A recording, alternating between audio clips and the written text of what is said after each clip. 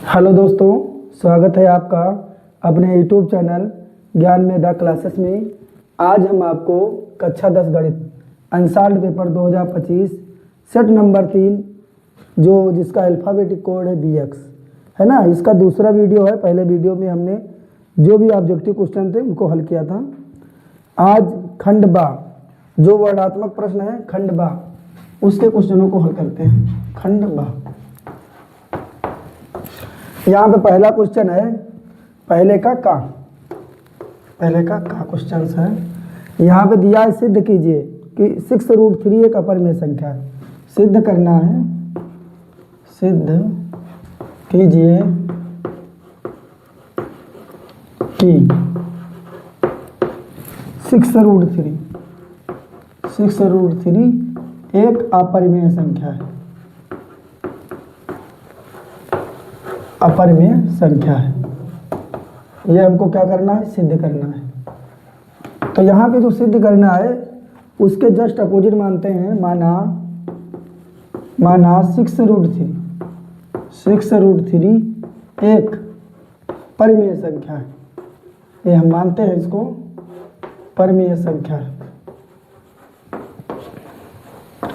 अब परिमेय संख्या है तो हम 6√3 को लिख सकते हैं P/Q के रूप में, बराबर होगा P/Q, जहां P, सहअभाज्य संख्याएं हैं। जो Q जो है वो डज नॉट इक्वल टू 0। सहअभाज्य संख्याएं क्या होती हैं? जो दो संख्याओं ये P और Q में एक के अतिरिक्त कोई दूसरा गुणनखंड उभयनिष्ठ ना हो, तो ऐसी संख्याएं होती हैं सहअभाज्य संख्याएं। ठीक है, तो यहाँ पे 6√3 बराबर P/Q। अब यहाँ पे क्या करते हैं, √3 बराबर, यहाँ पे ये 6 क्या है, गुणे में है, और इधर राइट हैंड साइड जाएगा ना, तो किस में हो जाएगा, गुणे में है, तो यहाँ पे जाएगा ना, तो बटे में हो जाएगा ना, 1/6 हो जाएगा, 1/6 है ना। फिर क्या करते हैं, जब गुणे में था यहाँ पे आ गया, बटे में हो गया, 1/6 हो गया, तो P/Q इसकी गुणा हो जाएगा, तो P/6Q हो जाएगा, है ना।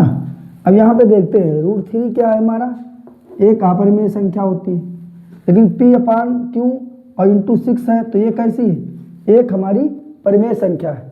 अतः इस प्रकार उक्त तथ्य से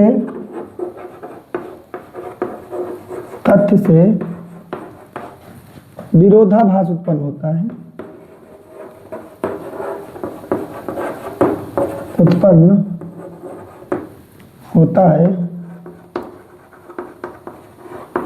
चूंकि यहाँ पर √3 एक पर अपरिमेय संख्या है, जबकि P/6Q एक परिमेय संख्या है।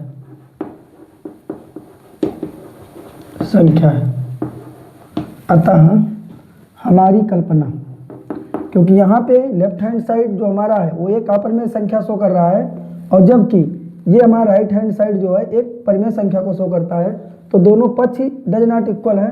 अतः हमारी जो 6√3 है ना, अतः 6√3 एक अपरिमेय संख्या होगी।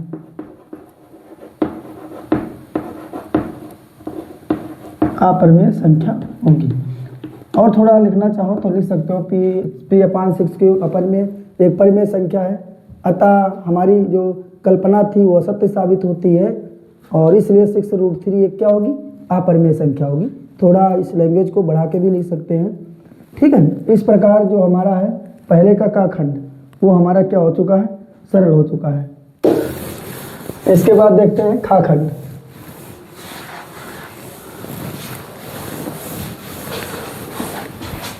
पहले का खा है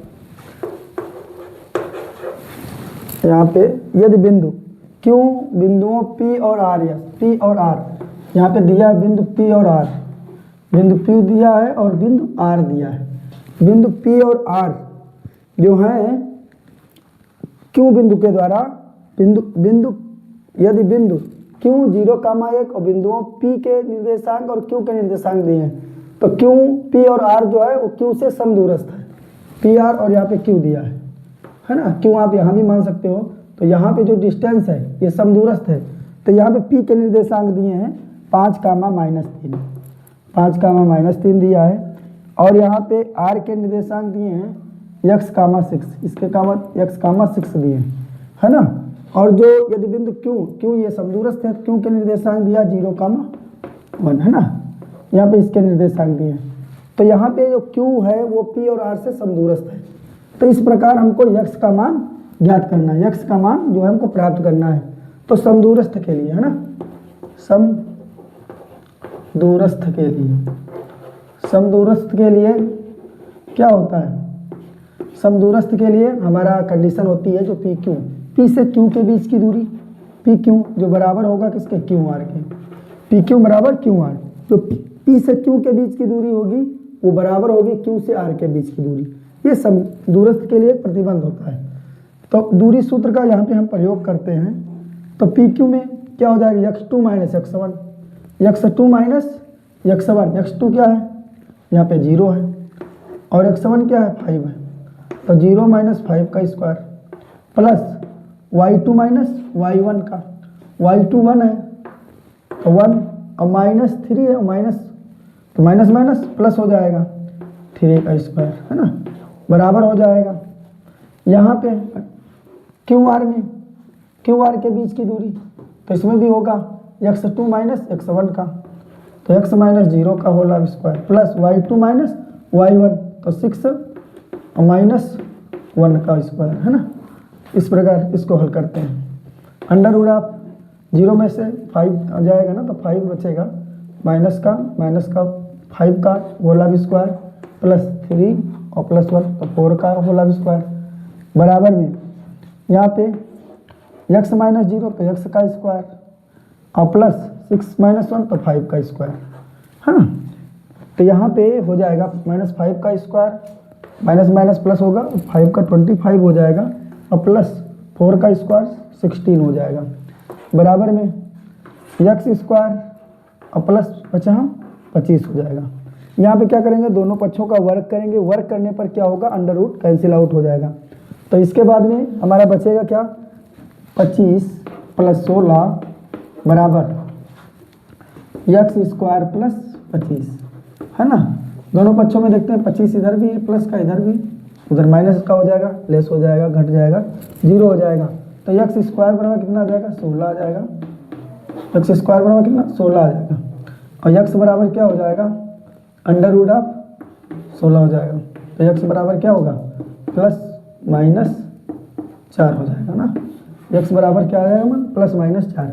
इस प्रकार जो खंड 1 का खा है वो सरल हो चुका है।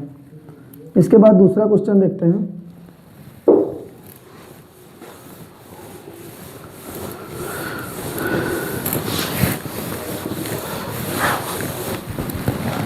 इसके बाद है हमारा गा क्वेश्चन है, खा के बाद गा।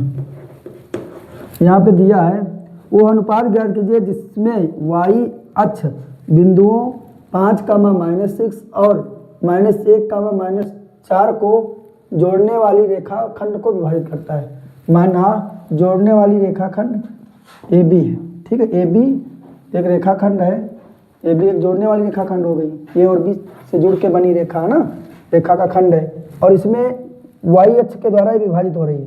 तो y अक्ष के द्वारा माना यहाँ पे बिंदु P है जो y अक्ष के माध्यम से यहाँ पे विभाजित होती है, तो y अक्ष द्वारा विभाजित होती है तो इसके निर्देशांक क्या हो जाएंगे, 0, y हो जाएगा है ना। और यहाँ पे A के निर्देशांक, बिंदु A के निर्देशांक 5, -6 हैं और B के निर्देशांक -1, -4 है ना। तो यहाँ पे हमको क्या करना है, इस जोड़ने वाले बिंदु के निर्देशांक को जो y अक्ष के द्वारा विभाजित है उस बिंदु में हमको y का जो है मान वो ज्ञात करना है। ठीक है, यहाँ पे y अक्ष का वो y अक्ष पे जो विभाजन बिंदु है वो हमको ज्ञात करना है। माना विभाजन अनुपात क्या है, m1 और m2। विभाजन अनुपात क्या है, m1 m2। वो अनुपात ज्ञात कीजिएगा। हमको क्या ज्ञात करना है, ये विभाजन अनुपात ज्ञात करना है। ठीक है, तो यहाँ पे हम विभाजन सूत्र का प्रयोग करते हैं। ठीक है, माना ये भी एक रेखाखंड है जो P बिंदु के द्वारा 0, y जो निर्देशांक है उसके द्वारा m1 और m2 अनुपात में विभाजित है। तो यहाँ पे हम विभाजन बिंदु का फार्मूले का प्रयोग करते हैं। तो फार्मूला होता है हमारा x बराबर होता है विभाजन बिंदु में x निर्देशांक है ना, तो होता है m1 x2 plus m2 x1 plus y में m1 प्लस m2 कामा है ना, y का तो वहाँ पे y x से ही करते हैं हम। तो यहाँ पे x बराबर कितना है, 0 बराबर m1 का अनुपात m1 है। x2 का मान कितना है, x2 का मान है -1 और प्लस m2 का मान m2 है और x1 का मान कितना है 5 है, बटे में क्या m1 प्लस m2 है ना। अब यहाँ पे क्या करते हैं, क्रॉस मल्टीप्लिकेशन करते हैं तो ये क्या हो जाएगा, 0 हो जाएगा ना। तो यहाँ पे हो जाएगा -m1 और प्लस 5m2 और इसका क्रॉस मल्टीप्लिकेशन होगा तो क्रॉस में 0 आएगा ना, तो पूरा वैल्यू 0 ही हो जाएगा। तो -m1 और बराबर में हो जाएगा 5m2 काहे का, माइनस का है ना, ये माइनस से माइनस कैंसिल आउट हो जाएगा। फिर आएगा m1, ये गुणे में है तो इधर आएगा बटे में हो जाएगा, बटे में m2 बराबर में यहाँ पे 5 अनुपात है और यहाँ पे बटे कितना 1 है ना। तो m1 रेशियो m2 बराबर कितना आ जाएगा 5:1 ये इसका आंसर हो जाएगा। आंसर मिलाते हैं 5:1। ठीक है, इसका राइट आंसर हो गया। इस प्रकार पहले का घाखंड ये कंप्लीट हो चुका है। इसके बाद घाखंड को देखते हैं।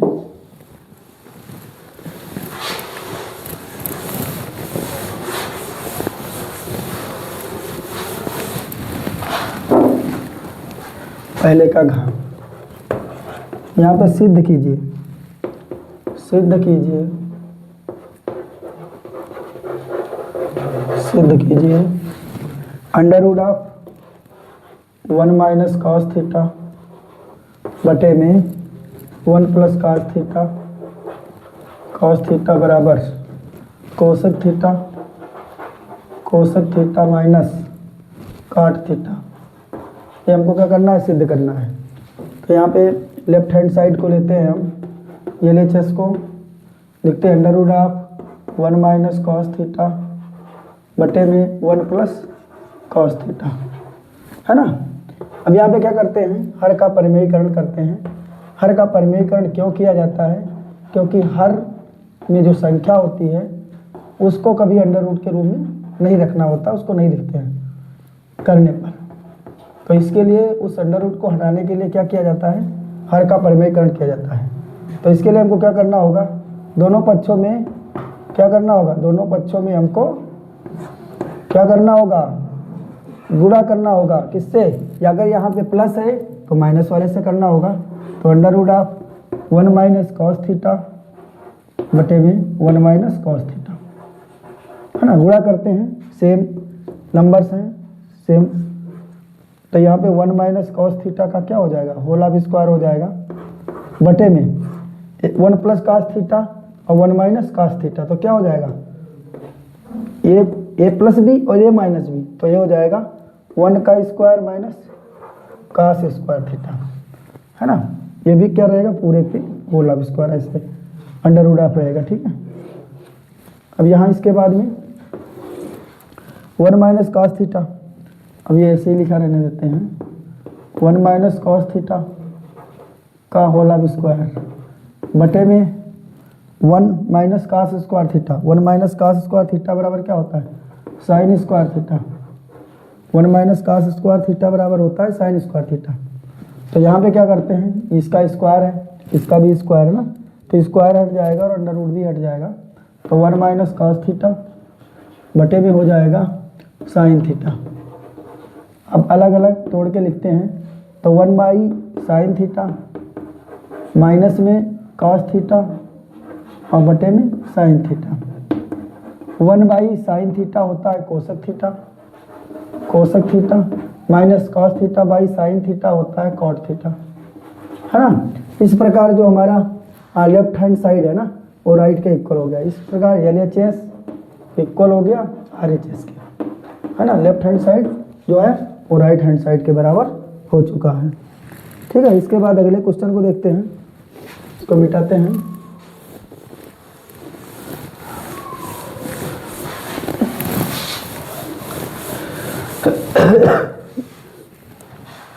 अगला क्वेश्चन है त्रिज्या 14 सेंटीमीटर। त्रिज्या 14 सेंटीमीटर जो हमारा अगला नंबर सवाल है। त्रिज्या 14 सेंटीमीटर वाला एक वृत्त की एक जेवा केंद्र पर 120 का कोण अंतरित करती है। संगत वृत्तखंड का क्षेत्रफल ज्ञात कीजिएगा। एक वृत्त है ना, एक वृत्त है, माना एक वृत्त है, ठीक है, और ये इसका केंद्र है। इसके द्वारा, ठीक है, यहाँ पे एक जीवा है, ये जीवा है, ठीक है, ये जीवा है, ये वृत्त का केंद्र है। ये भी एक जीवा है, माना ये भी एक जीवा है और वो वृत्त का केंद्र है। इस जीवा के द्वारा ये कटा हुआ एक त्रिज्यखंड है जिसमें एक क्या है, एक वृत्तखंड है ना, एक वृत्तखंड है। और इस जीवा द्वारा केंद्र पर आंतरिक कोण कितना है, ये 120 डिग्री, 120 डिग्री दिया है। हमको ज्ञात क्या करना है, इस संगत वृत्तखंड का क्षेत्रफल ज्ञात करना है ना। दिया है, क्या दिया है, वृत्त की त्रिज्या दी है, वृत्त की त्रिज्या, वृत्त की त्रिज्या r बराबर दी है कितना, 14 सेंटीमीटर, 14 सेंटीमीटर दिया है, ठीक है। चाप द्वारा केंद्र पर आंतरिक कोण, चाप द्वारा केंद्र पर आंतरिक कोण, आंतरिक कोण थीटा बराबर दिया है, थीटा बराबर दिया 120 डिग्री, 120 डिग्री, है ना, 120 डिग्री एंगल दिया हुआ है। अब इस जीवा के द्वारा कटे हुए इस भाग के वृत्तखंड का हमको एरिया निकालना है। तो संगत वृत्तखंड का क्षेत्रफल, संगत वृत्तखंड का क्षेत्रफल बराबर हो जाएगा त्रिज्यखंड का क्षेत्रफल, त्रिज्यखंड का क्षेत्रफल, त्रिज्यखंड का क्षेत्रफल, इस पूरे त्रिज्यखंड का क्षेत्रफल और माइनस त्रिभुज OAB का क्षेत्रफल, माइनस त्रिभुज AOB का क्षेत्रफल।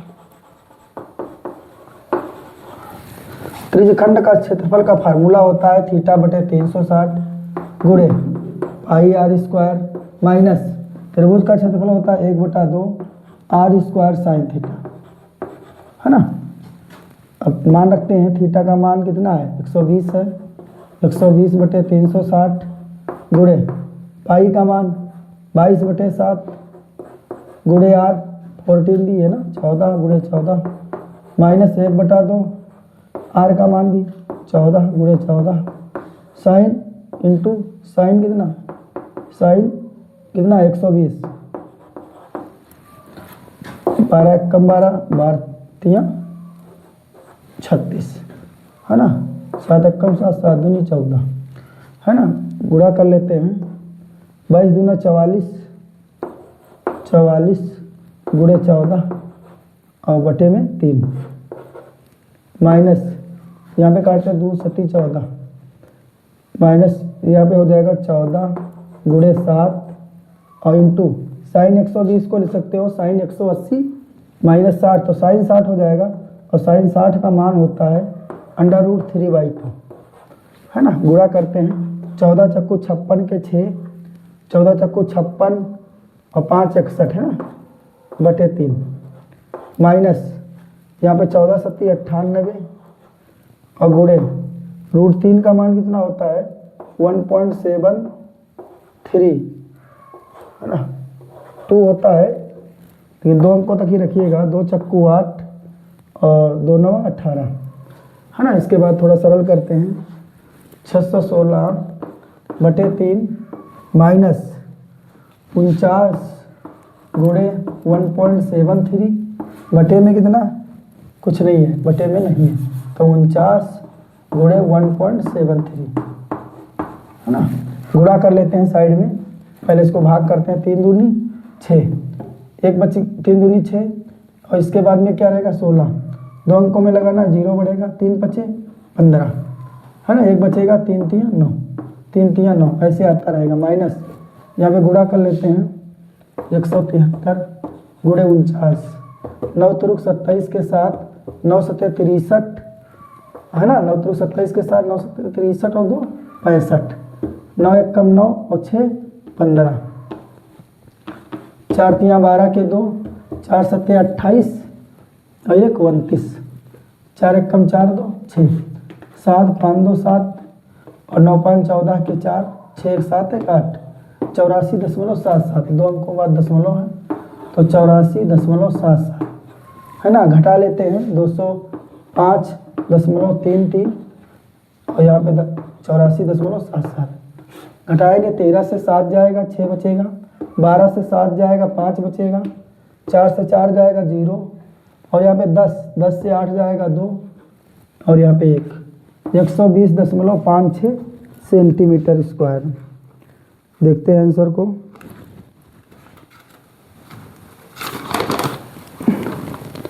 एक 120.54, ठीक है, 120.56 सेंटीमीटर स्क्वायर, ये हमारा आंसर है।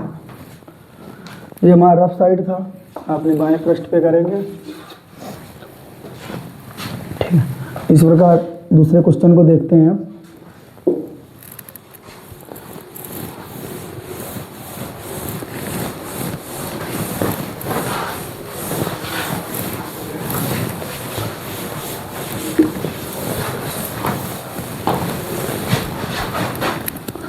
अगला क्वेश्चन है 52 पत्तों की एक अच्छी प्रकार से फेंटी गई गड्डी में से एक पत्ता निकाला जाता है, निम्नलिखित के प्राप्त करने की प्रायिकता ज्ञात कीजिएगा। पहले का चार्ट, ठीक है, पत्तों की संख्या है 52, एक गड्डी में पत्तों की संख्या कितनी है, पत्तों की संख्या बराबर 52 है, ठीक है। अब यहाँ पे पहला क्वेश्चन दिया है, लाल रंग का एक बादशाह होने की प्रायिकता निकालना है। लाल रंग का एक बादशाह हो, वो प्रायिकता हमको निकालनी है। लाल रंग का एक बादशाह हो, उसकी हमको प्रायिकता निकालनी है। तो 52 पत्तों में हम जानते हैं 52 पत्तों की गड्डी में लाल रंग के बादशाहों की संख्या होती है। लाल रंग के बादशाह कितने होते हैं, लाल रंग के बादशाह के पत्ते कितने होते हैं, 2 होते हैं, है ना। तो लाल रंग के बादशाह होने की प्रायिकता, लाल रंग के एक बादशाह होने की प्रायिकता, होने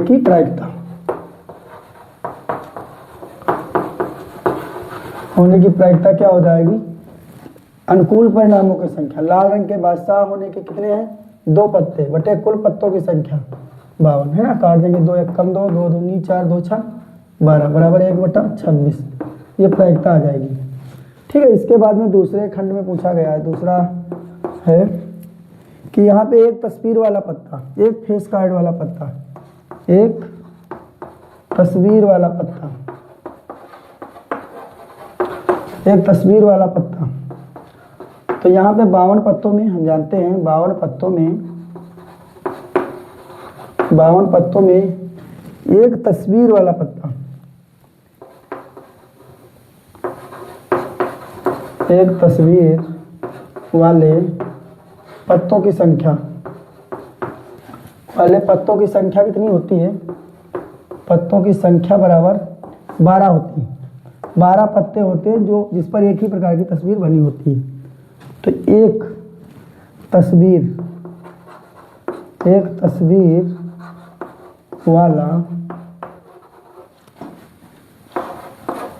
वाले पत्ते की प्रायिकता क्या होगी। एक तस्वीर वाला ही पत्ता यदि अच्छा निकाला जाए तो एक तस्वीर वाला ही पत्ता है तो उसकी क्या प्रायिकता होगी। तो अनुकूल परिणामों की संख्या, तो संगत हमारे जो है 12 है और बटे में कुल कितने हैं 52 है ना। काटेंगे 2 से काटेंगे 26 दूना 52, 2 छाक 12, फिर 2 से कट जाएगा 2 3 6, 2 1 कम 2 और 2 3 6 है ना।